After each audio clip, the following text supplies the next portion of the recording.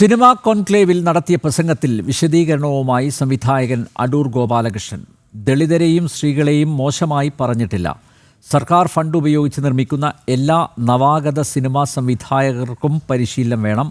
മന്ത്രിക്ക് ചലച്ചിത്ര മേഖലയുമായി ബന്ധമില്ലാത്തതുകൊണ്ടാണ് വിമർശനം ഉന്നയിച്ചതെന്നും അടൂർ ഗോപാലകൃഷ്ണൻ. അപ്പോൾ യാതൊരു പശ്ചാത്തലവും ഇല്ലാതെ, യാതൊരു മുൻപരിചയവും ഇല്ലാതെ ആദ്യമായിട്ട് സിനിമ എടുക്കുന്നവർക്കാണ് കൊടുക്കുന്നത് ഈ ഗവൺമെൻറ്റിൻ്റെ പടം എടുക്കാനുള്ള ധനസഹായം ചെയ്യുന്നത്. അങ്ങനെ ചെയ്യുമ്പോൾ അവർക്കൊരു കുറഞ്ഞൊരു 3 മാസത്തെ ഓറിയൻറ്റേഷൻ കൊടുക്കണം. പിന്നെ ഗവൺമെൻറ് ഫൈനാൻസ് ചെയ്യുന്ന സിനിമയെന്ന് പറഞ്ഞു കഴിഞ്ഞാൽ അതിന് സാമൂഹിക പ്രസക്തി വേണം. അതിന് സൗന്ദര്യശാസ്ത്രപരമായിട്ടും സാങ്കേതികമായിട്ടൊക്കെ മികവുള്ളതായിരിക്കണം. ഇതൊക്കെ വളരെ പ്രധാനപ്പെട്ട കാര്യങ്ങളാണ്. അതെങ്ങനെ ഉണ്ടാവും? അത് പടം എടുക്കുന്ന ആളിന് ഇതിനെപ്പറ്റി ധാരണ ഉണ്ടെങ്കിൽ മാത്രമേ ഉണ്ടാവുകയുള്ളൂ.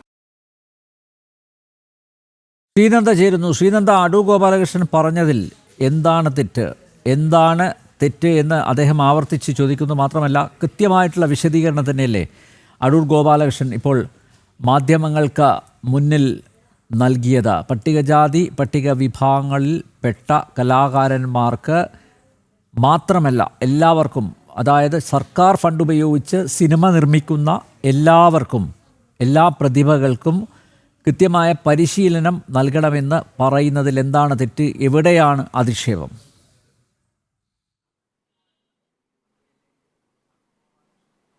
അനിൽ നമ്പ്യാർ, കഴിഞ്ഞ ദിവസം സിനിമ കോൺക്ലേവിൽ വെച്ച അടൂർ ഗോപാലകൃഷ്ണൻ പറഞ്ഞതെല്ലാം തന്നെ ആ ഒരു ഉറച്ചു നിൽക്കുന്ന ഒരു നിലപാടാണ് അദ്ദേഹം ഇപ്പോഴും സ്വീകരിച്ചത്.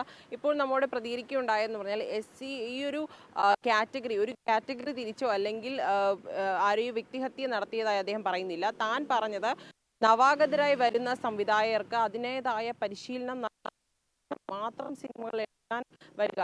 അത് ആ ഒരു സംവിധായകൻ അടൂർ ഗോപാലകൃഷ്ണൻ ദളിതരെയും സ്ത്രീകളെയും മോശമായി പറഞ്ഞിട്ടില്ല. സർക്കാർ ഫണ്ട് ഉപയോഗിച്ച് നിർമ്മിക്കുന്ന എല്ലാ നവാഗത സിനിമാ സംവിധായകർക്കും പരിശീലനം വേണമെന്നാണ് തൻ്റെ നിലപാട്, അഭിപ്രായമെന്ന് അടൂർ ഗോപാലകൃഷ്ണൻ ആവർത്തിച്ച് പറഞ്ഞിരിക്കുന്നു. അദ്ദേഹത്തിൻ്റെ വിശദീകരണത്തിലൂടെ അദ്ദേഹം ആരെയും ആക്ഷേപിച്ചിട്ടില്ല എന്ന് വ്യക്തമായിരിക്കുകയാണ്.